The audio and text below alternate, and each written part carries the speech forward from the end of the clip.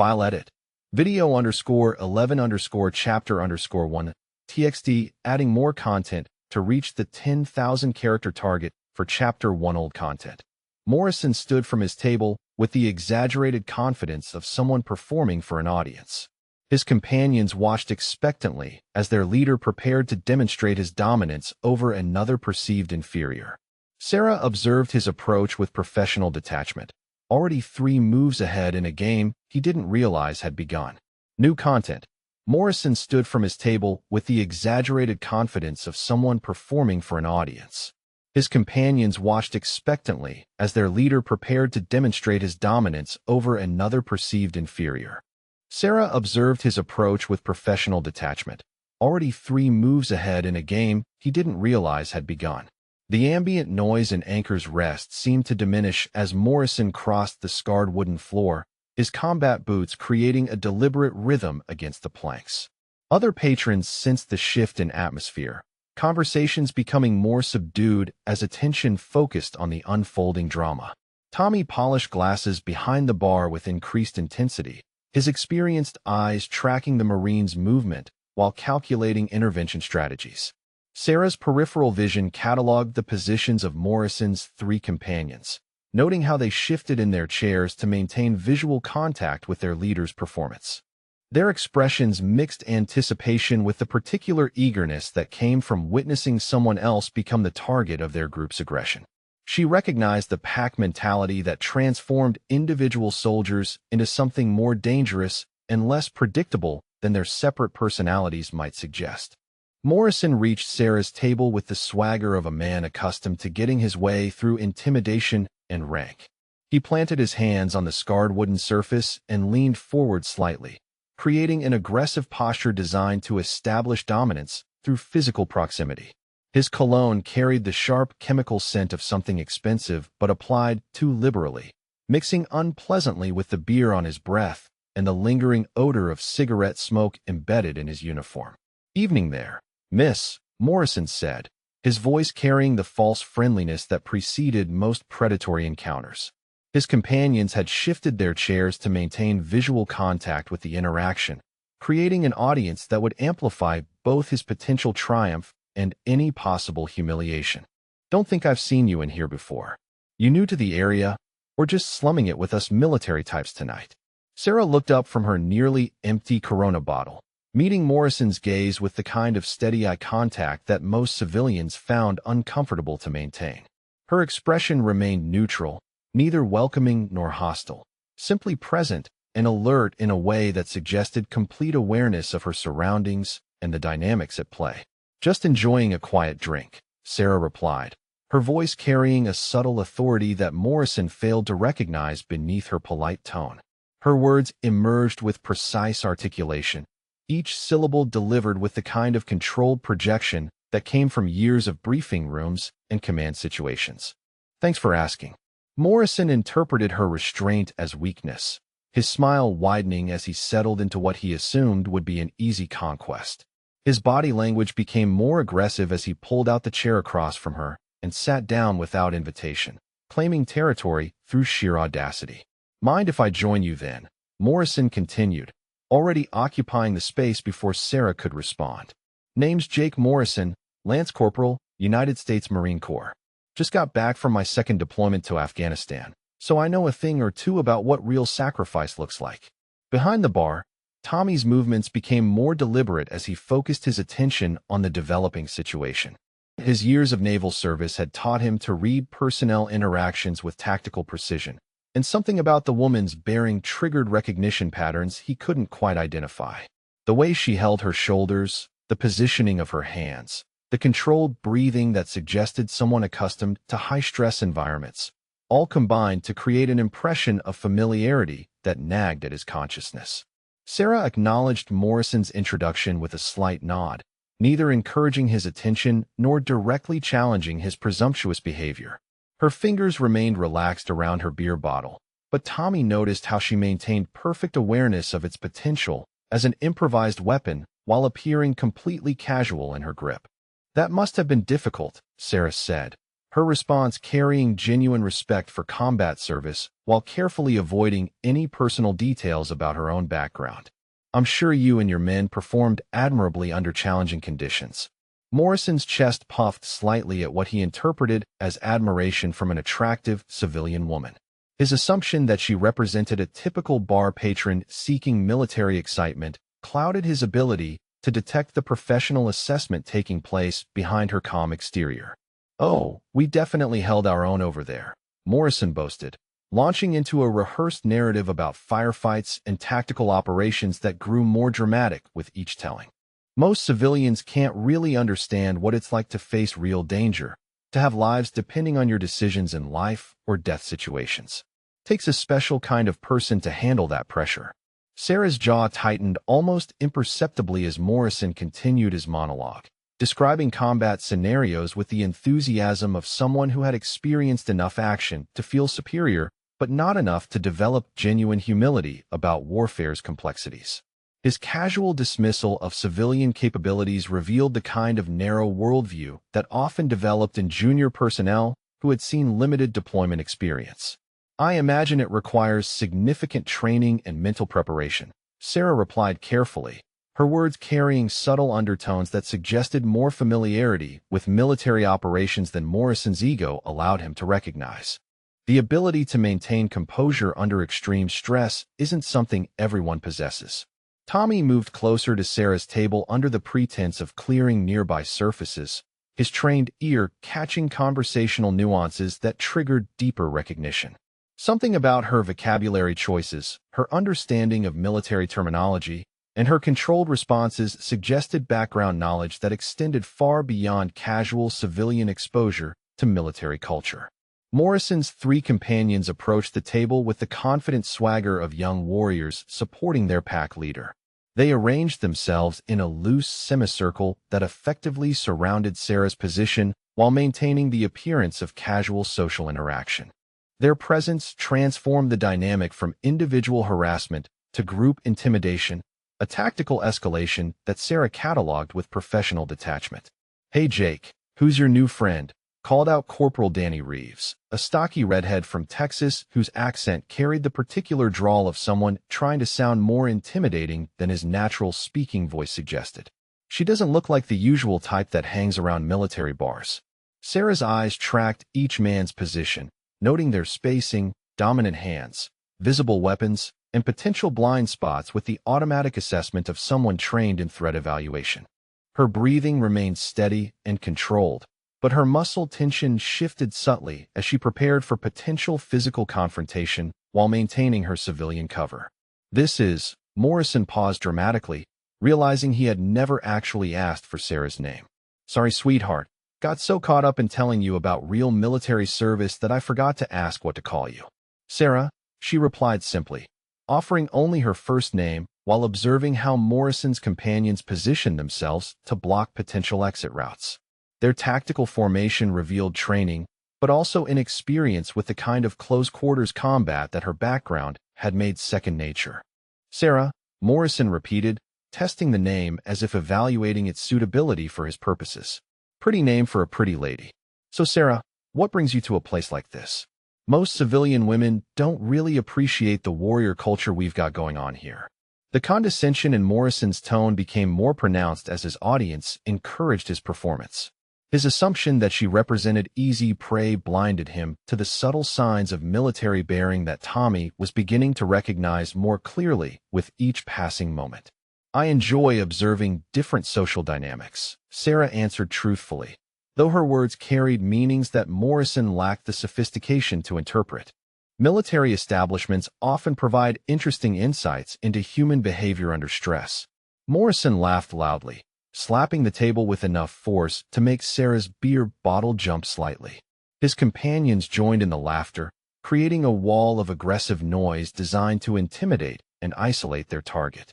"Social dynamics," Morrison repeated mockingly. "Listen to that, boys.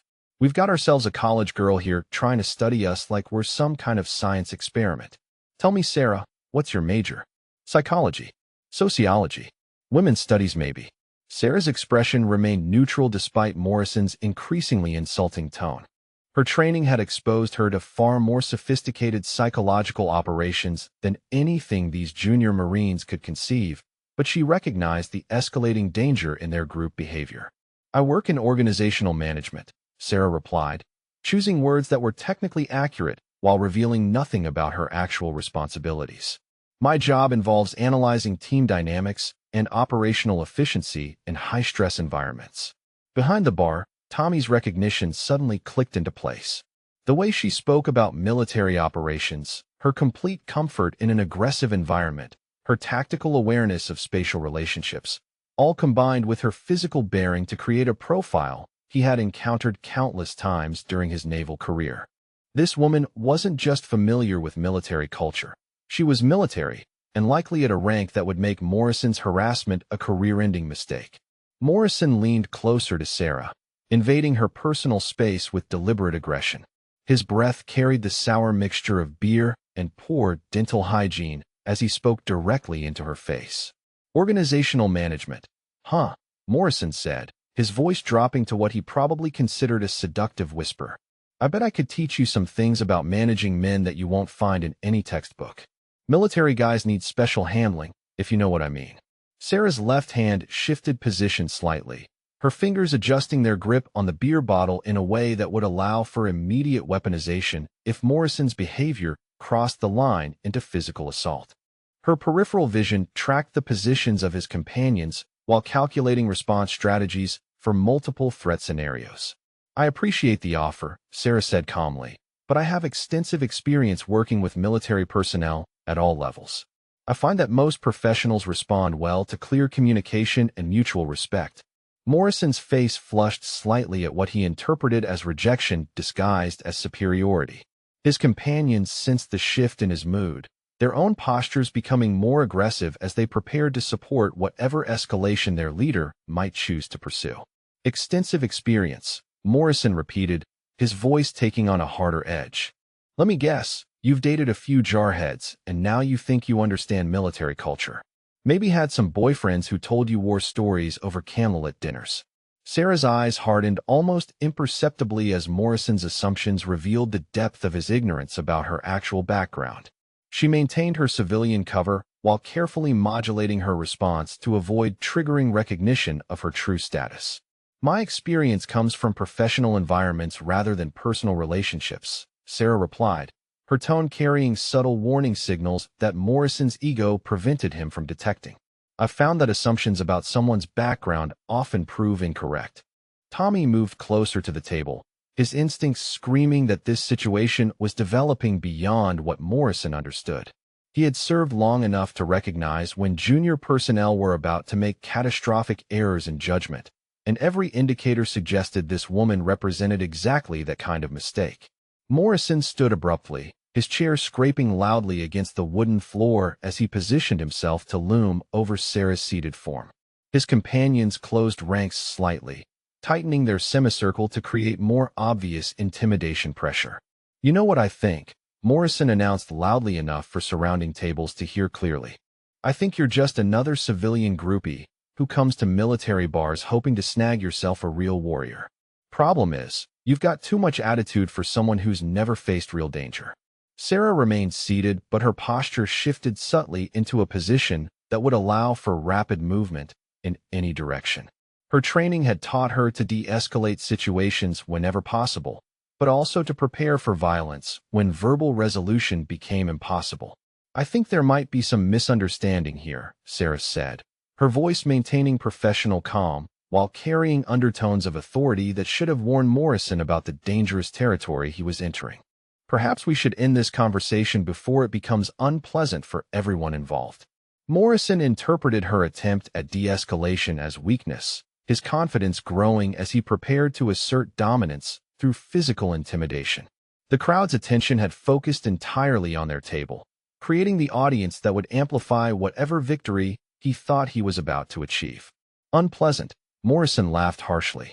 "Sweetheart, you have no idea what unpleasant looks like. See, us Marines don't back down from challenges, especially not from civilians who think they're better than the people who defend their freedom." Sarah's hands moved to the edge of the table, positioning herself for immediate action while maintaining the appearance of casual readiness. Tommy caught the movement and realized with growing certainty that Morrison was about to encounter something far beyond his understanding or experience. "I have tremendous respect for military service and sacrifice," Sarah said clearly, making one final attempt to provide Morrison with an honorable exit from the confrontation he was escalating. "My intention was never to challenge or disrespect anyone here tonight."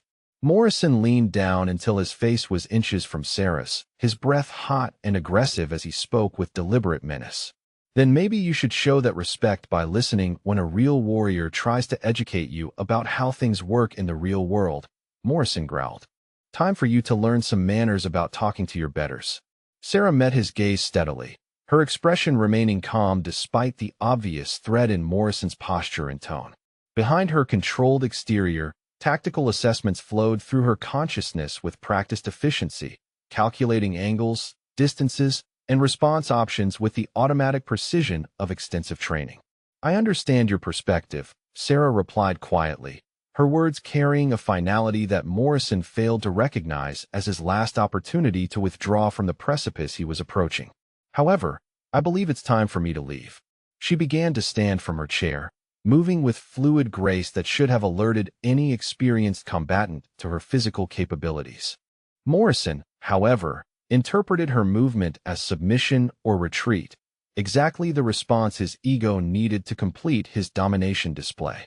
"Oh no you don't," Morrison said, reaching out to grab Sarah's left wrist as she rose from the table.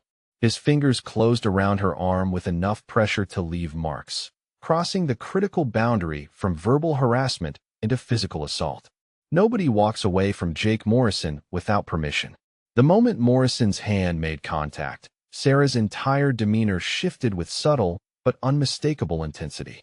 Her civilian facade remained intact, but something dangerous and predatory flickered behind her eyes like sunlight reflecting off a blade. Tommy stepped forward from behind the bar, his military instincts finally overriding his reluctance to intervene in what he now realized was a situation spiraling beyond Morrison's control or comprehension. Sarah's response to Morrison's grip was immediate and instinctive, her body reacting with the trained precision of countless hours in combat simulation before her conscious mind could override the impulse. For just a fraction of a second, her left arm began the classic counter-rotation that would break his hold and potentially shatter his wrist, but she caught herself and forced her muscles to relax, maintaining her civilian cover even as every fiber of her training screamed for immediate tactical response. Morrison felt the initial resistance in her arm and interpreted it as typical female struggle rather than recognizing the controlled power that had nearly been unleashed against him. His grip tightened as he attempted to pull her back toward the table, his face flushed with the particular satisfaction of someone who believed he was successfully dominating a weaker opponent. "Let go of my arm," Sarah said quietly, her voice carrying a new quality that made several nearby patrons look up from their conversations. The words emerged with the kind of controlled authority that Tommy recognized from decades of hearing senior officers issue commands, though Morrison remained oblivious to the warning embedded in her tone. "I don't think so, sweetheart," Morrison replied, his confidence growing as he prepared to demonstrate his physical superiority for his watching companions. "You started this conversation, and I'll decide when it's finished. Maybe you need to learn some respect for the men who keep you safe." Morrison released his grip on Sarah's wrist only to place both hands on her shoulders and shove her backward with enough force to send her stumbling toward the wall. The movement was sudden and violent, designed to humiliate her in front of the crowd while establishing his complete dominance over the situation. Sarah's beer bottle flew from her hand, shattering against the wooden floor and sending foam and glass fragments across the scarred planks. The sound of breaking glass created a moment of absolute silence in the immediate vicinity as other patrons turned to witness the escalating confrontation. Some faces showed disapproval at Morrison's aggressive behavior, while others displayed the eager anticipation of spectators hoping to see violence unfold.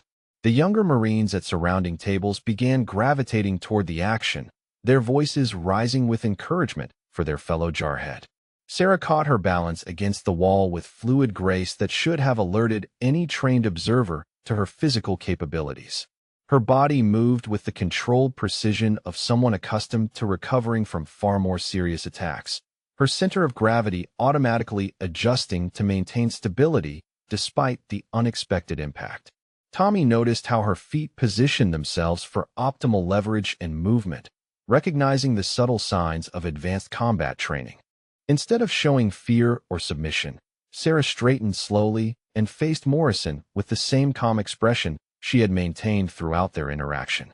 Her breathing remained controlled and steady, showing none of the elevated stress response that most civilians would display after being physically attacked. Her hands moved to her sides, positioning themselves in a deceptively casual stance that provided immediate access to multiple defensive options. "That was unnecessary," Sarah said calmly, her voice carrying across the suddenly quiet bar with crystalline clarity. "I asked you politely to end this interaction, and I would prefer not to escalate the situation further." Morrison laughed loudly, playing to his growing audience of supporters who were beginning to form a loose circle around the confrontation. His companions moved closer, creating a more obvious barrier between Sarah and potential exit routes while maintaining the pretense of casual observation. "Escalate," Morrison repeated mockingly. "Lady, you have no idea what escalation looks like. See, this is what happens when civilians forget their place and try to act tough around real warriors. You started something your mouth couldn't finish, and now you're going to learn some manners." The crowd's reaction split along predictable lines, with younger enlisted personnel cheering Morrison's display, while older veterans and civilian patrons showed increasing discomfort with the situation. Tommy moved out from behind the bar, ostensibly to clean up the broken glass, but actually positioning himself to intervene if the violence continued to escalate. Sarah observed the crowd dynamics with professional detachment, noting how group psychology was amplifying Morrison's aggression while simultaneously creating witnesses who might later provide testimony about the incident. Her tactical mind cataloged potential weapons, escape routes, and threat levels while maintaining the appearance of a frightened civilian woman. "Look, Morrison," Sarah said, using his name deliberately while maintaining eye contact that most people found uncomfortably direct. "I understand you're trying to demonstrate something to your friends, but this situation doesn't need to continue. Why don't we just call it even and go our separate ways?" Morrison's face darkened at what he interpreted as condescension disguised as reasonable negotiation. His military training had taught him to respond to challenges with overwhelming force, and Sarah's continued calm struck him as deliberate disrespect for his authority and capability. "Call it even," Morrison snarled, stepping closer until he invaded her personal space once again.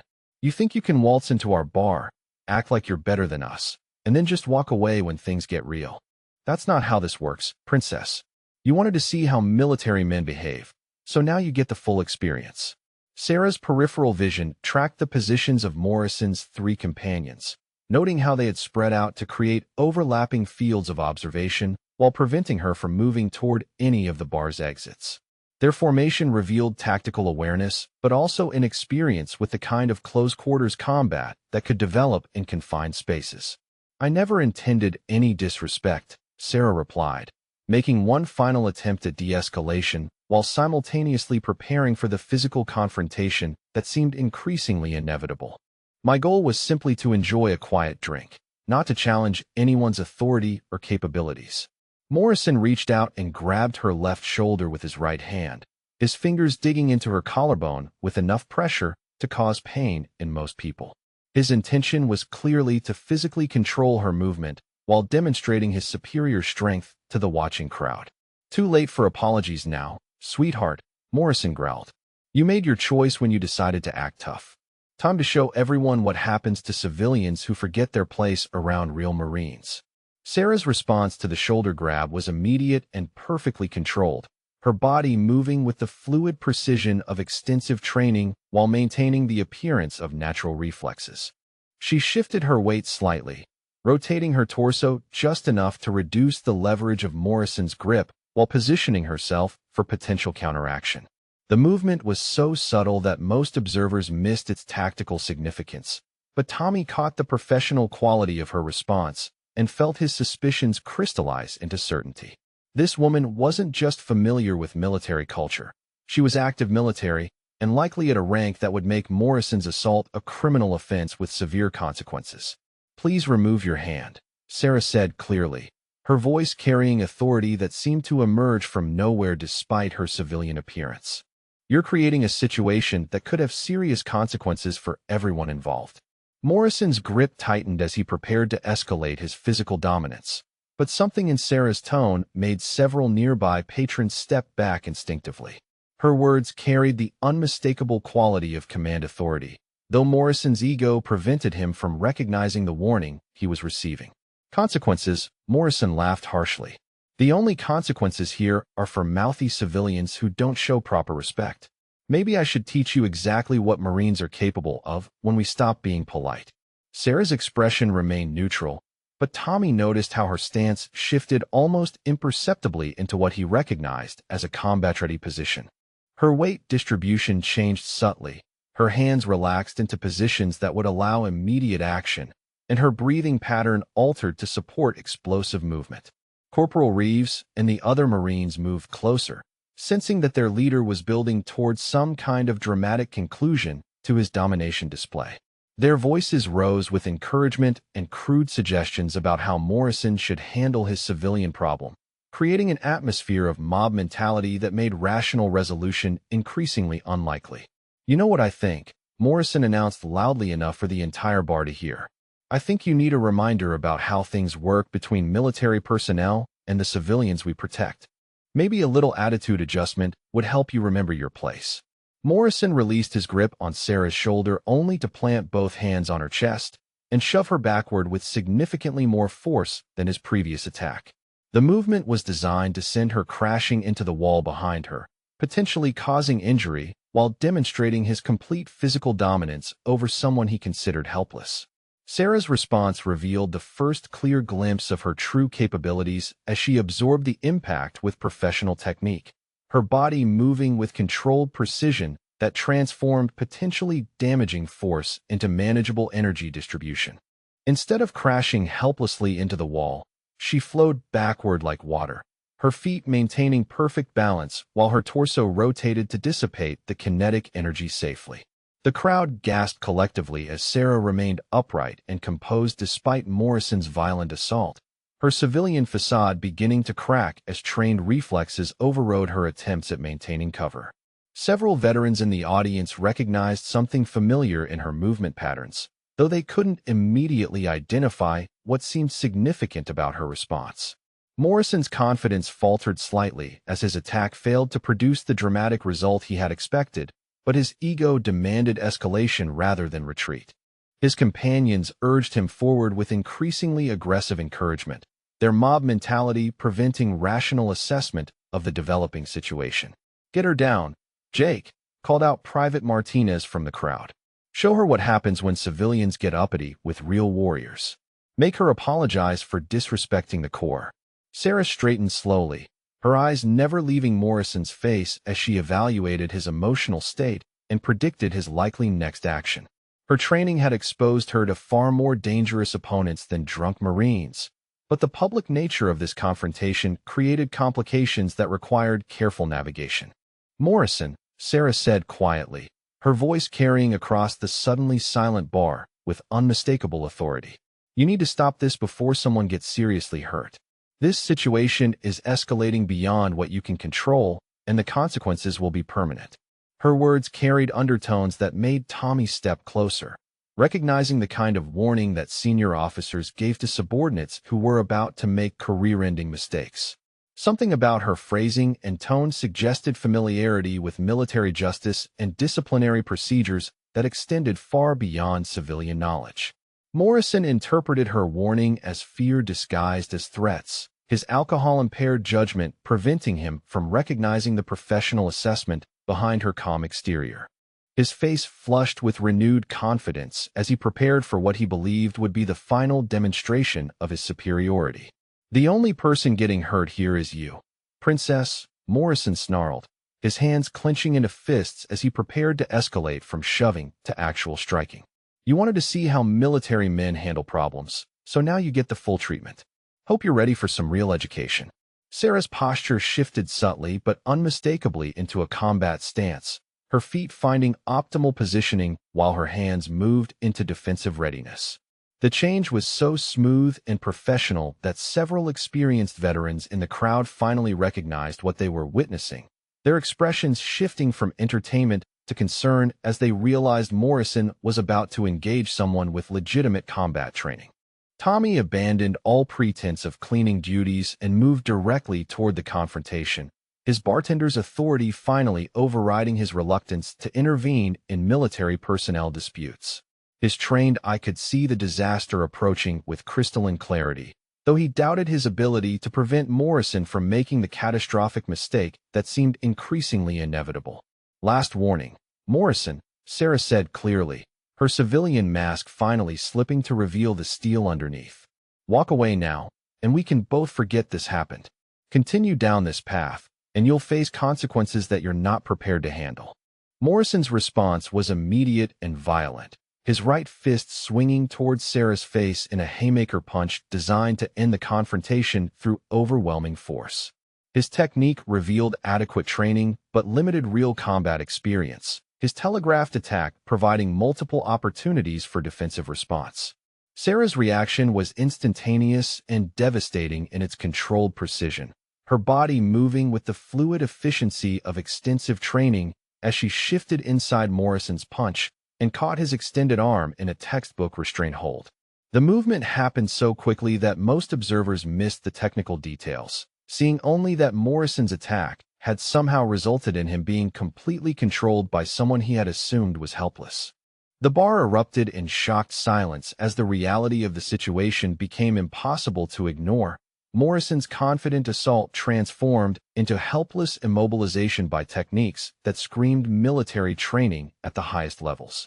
Tommy reached for his phone with shaking hands, finally understanding the full scope of the disaster that was unfolding in his establishment. Morrison's world tilted as he found himself completely immobilized by a woman he had assumed was helpless prey.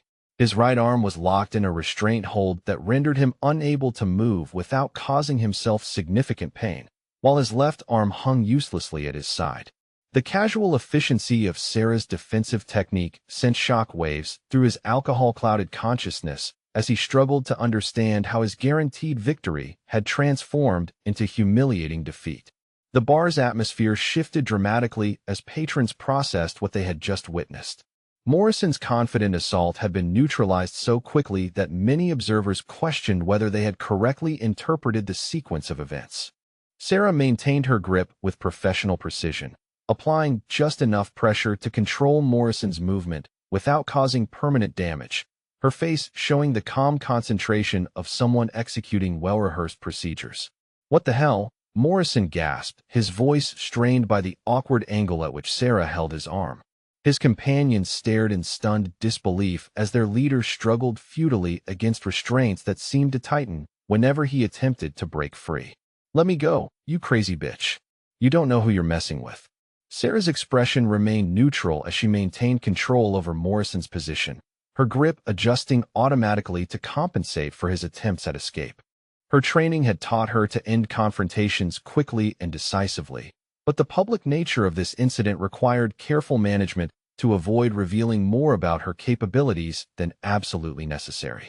"I know exactly who I'm dealing with," Sarah replied quietly, her voice carrying authority that made several nearby veterans straighten instinctively. "You're a junior enlisted Marine who's had too much to drink and made some very poor decisions tonight. The question is whether you're going to make more of them." Morrison's face flushed deep red as humiliation replaced confidence, his ego unable to process being dominated by someone he had categorized as inferior. His struggles became more desperate as he realized that brute force would not free him from Sarah's expertly applied restraint techniques. Corporals Reeves, Martinez, and Wilson exchanged uncertain glances as they watched their leader being controlled with embarrassing ease. Their tactical training told them to assist Morrison, but something about Sarah's professional demeanor made them hesitate before committing to group assault against an opponent whose capabilities they had clearly misjudged. Tommy reached the confrontation area just as Morrison's desperation peaked, his bartender's authority finally asserting itself despite his reluctance to intervene in military personnel disputes. His naval background provided immediate recognition of the restraint techniques being employed, confirming his growing suspicions about Sarah's true background and training. "Ma'am," Tommy said carefully, his tone respectful in a way that Morrison's alcohol-impaired consciousness failed to fully comprehend. "Is everything under control here? Do you need me to call the base MPs to handle this situation?" Sarah glanced at Tommy briefly, noting the deference in his voice and recognizing a fellow veteran who understood the broader implications of what was unfolding. Her response carried subtle acknowledgement of his military background while maintaining operational security about her own status. "I appreciate the concern, but I believe Lance Corporal Morrison is going to calm down and end this confrontation peacefully," Sarah replied, her words carrying the unmistakable tone of someone accustomed to having her statements treated as commands rather than requests. "Aren't you Morrison?" Morrison's response revealed the depth of his rage and humiliation as his carefully constructed self-image crumbled under the reality of his situation. Instead of accepting defeat gracefully, his ego demanded escalation despite the obvious futility of further resistance. "This isn't over," Morrison snarled, his voice carrying threats that made Tommy step closer in preparation for intervention. "You think you're hot shit because you got lucky with some self-defense move, but I'm going to show everyone what happens when civilians disrespect the Corps." Sarah's grip tightened slightly, applying pressure points that sent shooting pain up Morrison's arm and reminded him of his complete helplessness in her control. Her technique was precise and efficient, designed to maintain dominance without causing lasting injury, though her patience with his continued aggression was clearly approaching its limits. "Morrison, this is your final opportunity to walk away from this situation with your dignity and career intact," Sarah said clearly, her voice carrying across the silent bar with crystalline authority. "Continue making threats, and you'll face consequences that extend far beyond this evening's embarrassment." The crowd pressed closer as word of the confrontation spread throughout the bar, drawing spectators from the pool tables and back booths who wanted to witness the unusual spectacle of a Marine being controlled by a civilian woman. Their conversations created a buzzing undercurrent of speculation and disbelief as various theories circulated about Sarah's background and training. Master Sergeant Rodriguez pushed through the crowd, his senior rank and combat decorations commanding automatic respect from the younger personnel. His experienced eye immediately assessed the tactical situation, noting the professional quality of Sarah's restraint techniques and Morrison's complete inability to escape despite his size and strength advantages. "What's the situation here?" Rodriguez asked, his voice carrying the authority of 23 years of military service. His question was directed at the general situation rather than any specific individual, though his attention focused primarily on Sarah's handling of the confrontation. Sarah acknowledged Rodriguez with the subtle respect that senior NCOs commanded while maintaining her control over Morrison's increasingly desperate struggles. Her response carried undertones that suggested familiarity with military protocol and chain of command structures. "Lance Corporal Morrison has had too much to drink and made some poor choices about how to interact with other patrons," Sarah explained calmly. "We were just discussing how he might handle this situation more appropriately going forward." Morrison's humiliation reached critical levels as he realized that his assault had become entertainment for a growing crowd of his peers and superiors. His ego demanded some form of victory to salvage his reputation, but his current position offered no honorable exit from the confrontation he had initiated. "Get your hands off me," Morrison screamed, his voice cracking with frustration and rage. "Nobody makes Jake Morrison look like a fool in front of his brothers. I don't care what kind of karate bullshit you think you know." Morrison's right hand moved toward his belt with the desperate efficiency of someone reaching for a final option, his fingers closing around the tactical knife that he carried in violation of base regulations about civilian establishments. The blade emerged with a metallic whisper that made several patrons step backward in alarm as the confrontation escalated beyond simple assault into potentially deadly territory. The appearance of the weapon transformed the bar's atmosphere from tense entertainment to genuine fear as patrons recognized the serious danger that Morrison's desperation had created. Tommy reached for the phone behind the bar while Rodriguez moved closer, his hand instinctively positioning near his own concealed weapon. Sarah's response to the knife threat was immediate and devastating in its professional efficiency. Her left hand struck Morrison's wrist with surgical precision, hitting nerve clusters that caused his fingers to open involuntarily and release the weapon. Simultaneously, her right hand shifted position to control his elbow while her body movement forced him into a position where further resistance became physically impossible. The knife clattered harmlessly to the floor as Morrison found himself completely immobilized by techniques that screamed military training at the highest levels. Sarah's movements had been so quick and precise that most observers saw only the result rather than the complex sequence of defensive actions that had neutralized a deadly weapon in less than 2 seconds. Rodriguez's expression shifted to professional recognition as he witnessed combat techniques that clearly exceeded anything taught in standard military training programs. His 23 years of experience had exposed him to elite operators from various special forces units, and Sarah's capabilities suggested background at levels that commanded respect throughout the military hierarchy. "Son, you just escalated this situation into criminal territory," Rodriguez said grimly, addressing Morrison with the tone reserved for subordinates who had made career-ending mistakes. Drawing a weapon against an unarmed individual is a felony offense that will result in court-martial proceedings and federal charges. Tommy completed his call to base security while the crowd processed the implications of what they had witnessed. Morrison's confident harassment had transformed into a disaster that would likely end his military career and result in significant legal consequences. Sarah maintained her control with professional calm, her techniques preventing Morrison from causing further harm to himself or others. Morrison's struggles became increasingly frantic as he realized the catastrophic nature of his situation, but Sarah's restraint held firm with the kind of unbreakable efficiency that spoke to extensive training in close-quarters combat and prisoner control. Her breathing remained steady and controlled despite the physical demands of managing a desperate opponent. Master Sergeant Rodriguez approached Sarah directly, his tone shifting to the respectful formality that senior NCOs used when addressing individuals whose authority or capabilities commanded recognition.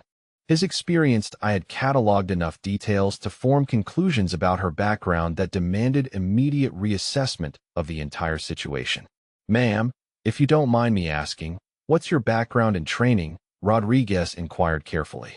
"Those techniques you just demonstrated aren't something most civilians would know how to execute properly."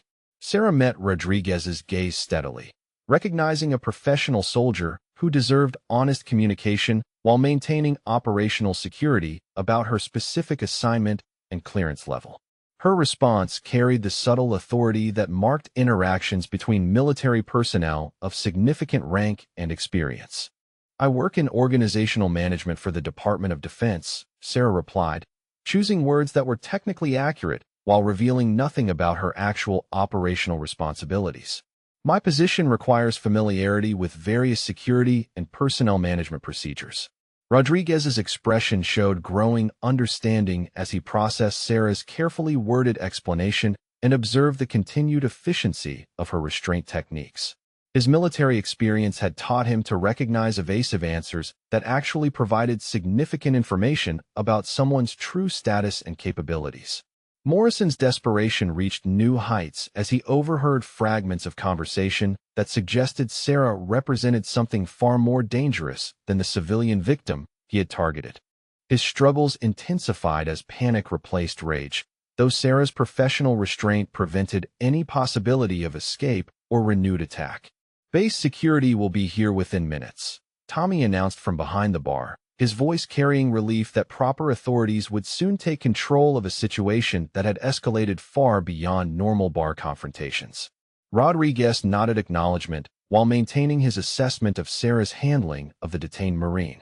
Sarah's control over Morrison remained absolute as she waited for official intervention, her techniques demonstrating the kind of professional competence that made Rodriguez increasingly certain about her military background and likely rank structure. The crowd maintained respectful distance as they witnessed what was clearly a demonstration of elite-level combat training applied with surgical precision and complete emotional control. Tommy's call to base security triggered a cascade of communications that would soon transform the entire dynamic of the confrontation. His initial report described a situation involving possible military personnel and weapons, but the dispatcher's response carried undertones that suggested information systems were providing additional context about the individuals involved. Base security. This is Anchor's Rest requesting immediate assistance with a disturbance involving military personnel, Tommy reported, his voice steady despite the extraordinary circumstances unfolding in his establishment. We have one individual detained after drawing a weapon on another patron. Situation is currently controlled but requires official intervention. The dispatcher's voice crackled through the phone with unusual urgency as computer systems processed the location data and cross-referenced it with current operational status reports from various commands. What was initially treated as a routine bar fight had suddenly elevated to priority status for reasons that Tommy couldn't immediately understand. Copy that, Anchor's Rest. Units are responding immediately. Please confirm the identity of the individual who controlled the weapon situation, the dispatcher requested, her tone carrying the kind of professional intensity reserved for significant incidents. We're showing possible military personnel at your location who may require special handling protocols.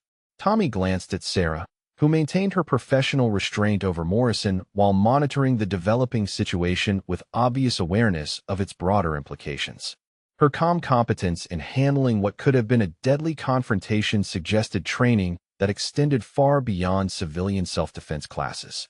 The individual who neutralized the threat appears to be a woman named Sarah, possibly Sarah Chun, Tommy replied carefully. She demonstrated advanced defensive techniques and is currently maintaining control of the armed suspect until your arrival. The dispatcher's pause lasted long enough to make Tommy wonder if the connection had been lost, but when her voice returned it carried a significantly different tone that suggested consultation with higher authorities had taken place during the brief silence. Please ensure that Commander Chen receives full cooperation and assistance, the dispatcher instructed, her words causing Tommy's jaw to drop as the implications registered. Base security will coordinate with her directly upon arrival. Acknowledge understanding of special protocols for flag-grade officer situations. Commander. The word hit Tommy like a physical blow as he realized he had been serving drinks to a naval officer of sufficient rank to command entire battle groups. His eyes widened as he processed the dispatcher's reference to flag-grade protocols, suggesting Sarah held authority at levels that made her presence at a simple enlisted bar both unusual and significant. Rodriguez overheard portions of Tommy's conversation and moved closer to Sarah with the careful respect that senior NCOs showed when interacting with field-grade officers. His expression reflected growing understanding of why her defensive techniques had seemed familiar yet impossibly advanced for civilian training.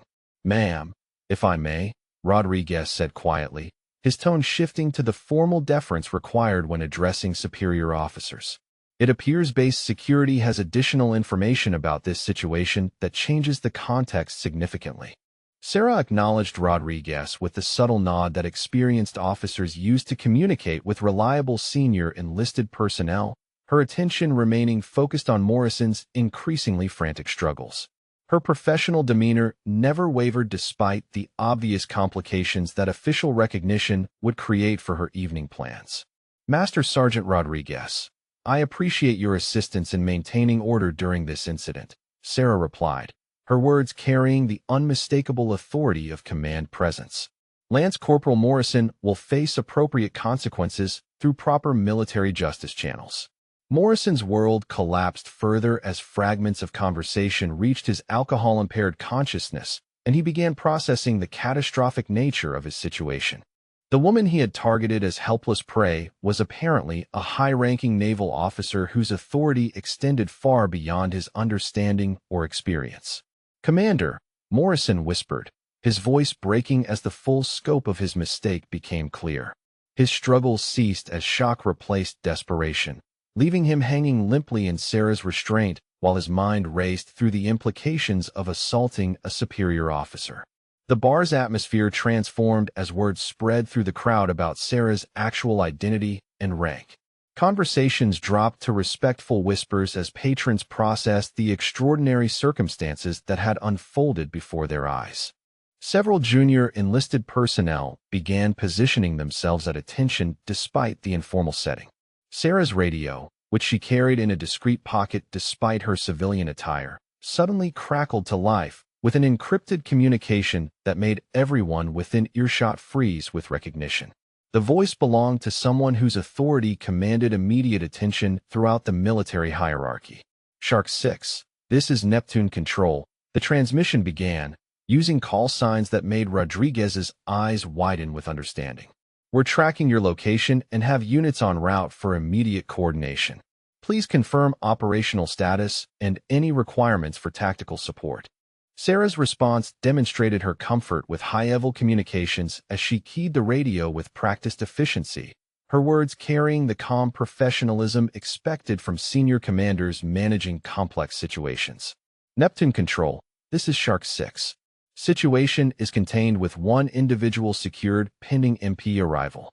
No tactical support required at this time, but recommend standard security protocols for location sanitization after official intervention, Sarah replied, her military bearing now impossible to conceal from anyone with operational experience.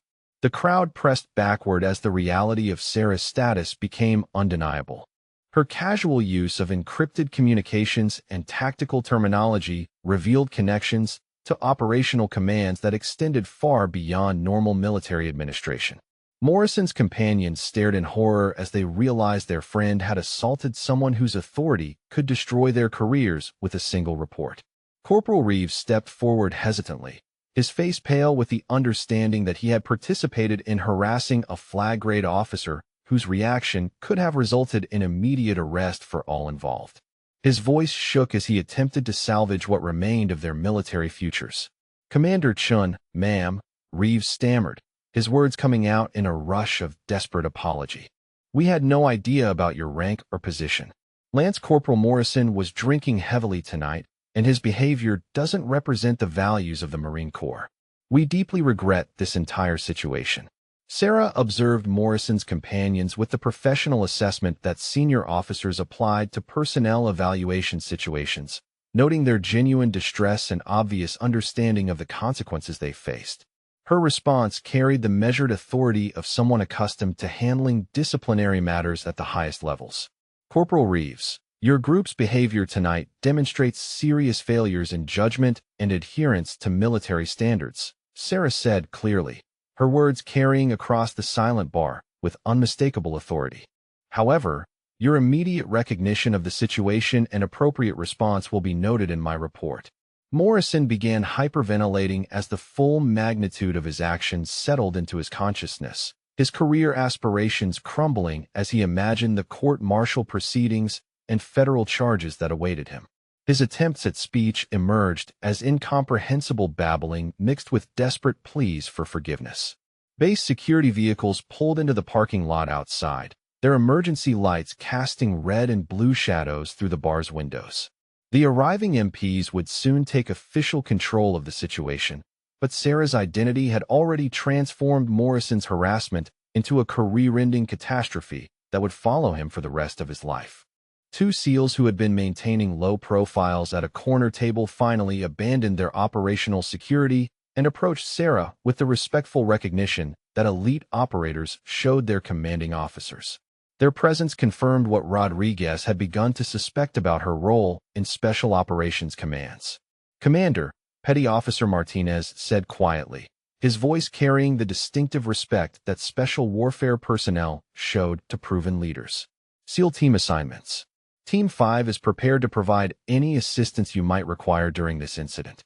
Sarah acknowledged her subordinates with professional courtesy while maintaining her restraint over Morrison, whose consciousness seemed to fade in and out as shock overwhelmed his ability to process the disaster he had created.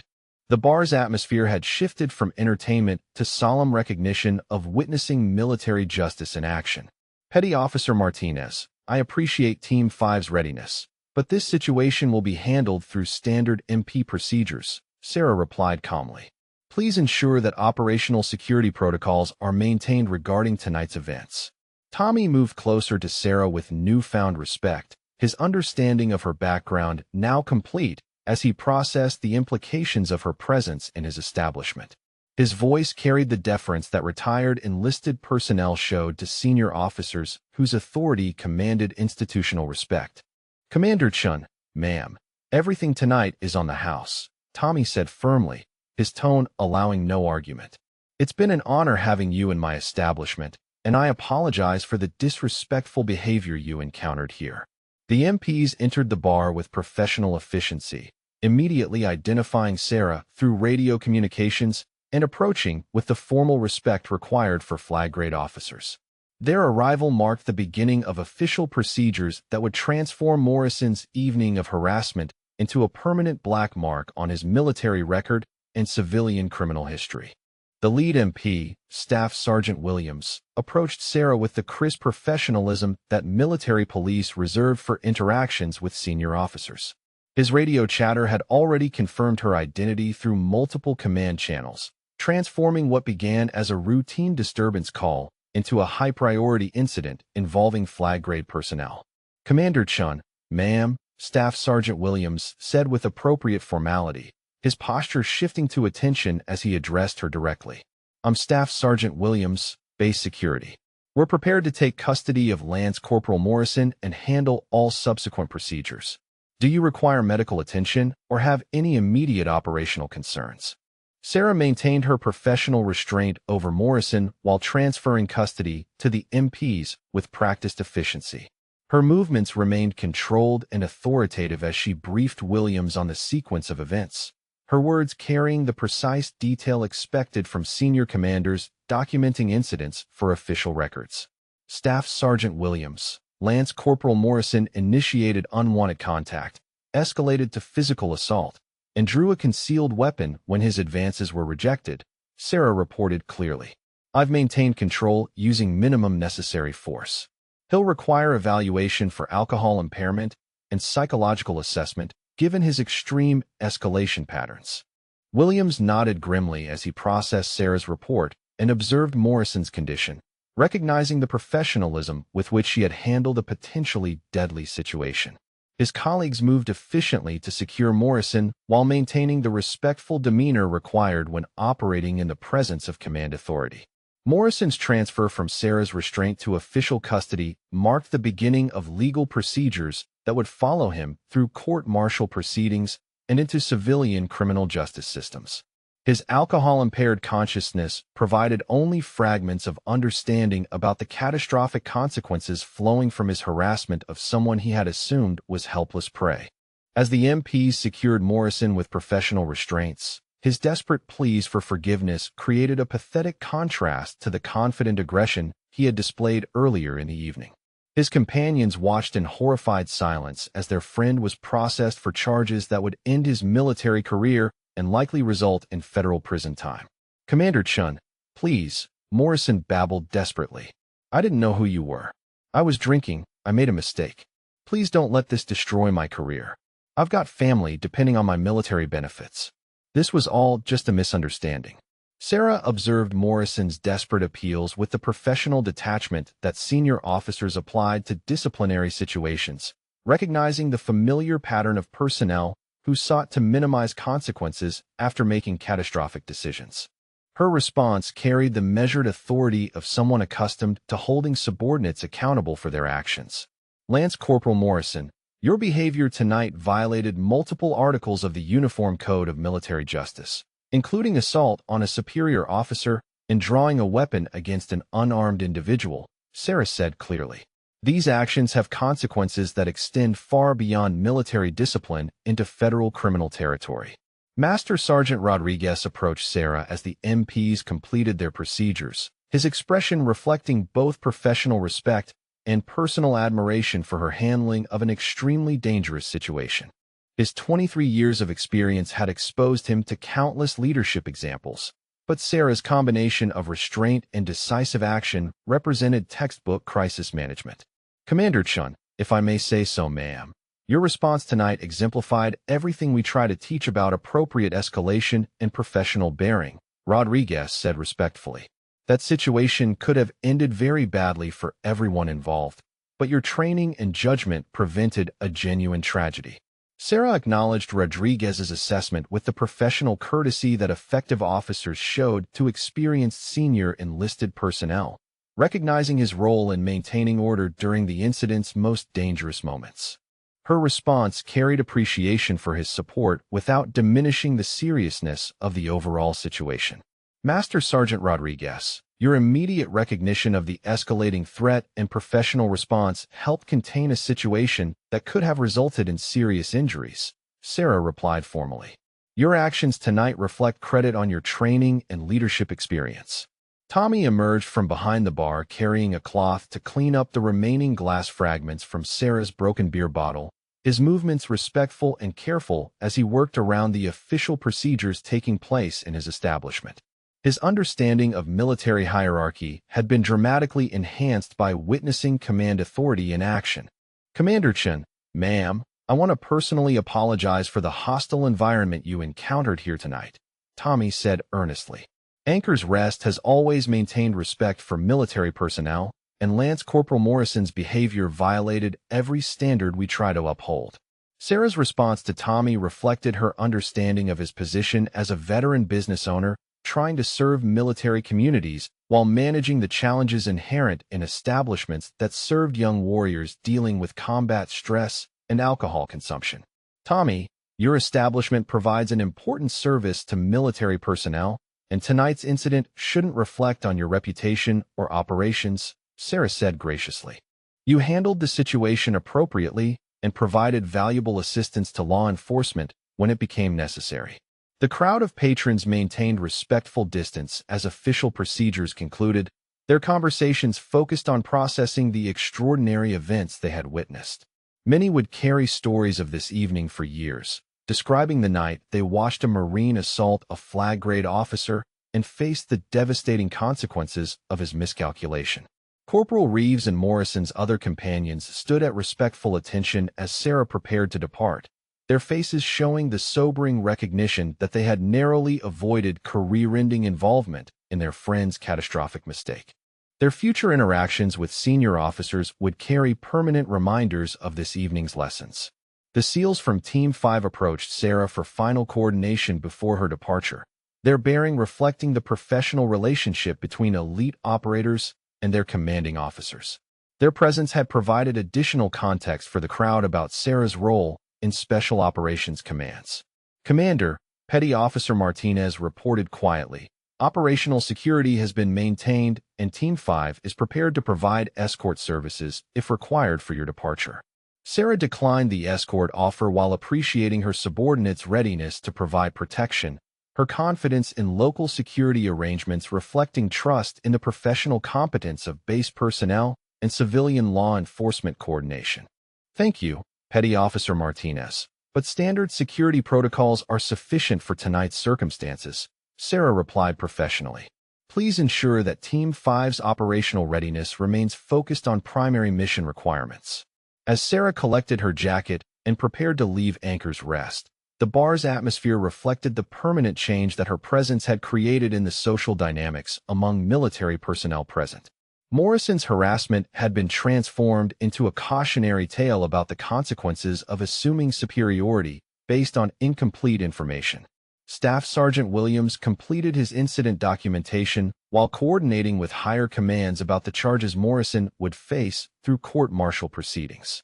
The weapon assault against a superior officer represented one of the most serious violations possible under military justice, guaranteeing severe consequences that would follow Morrison for the remainder of his life.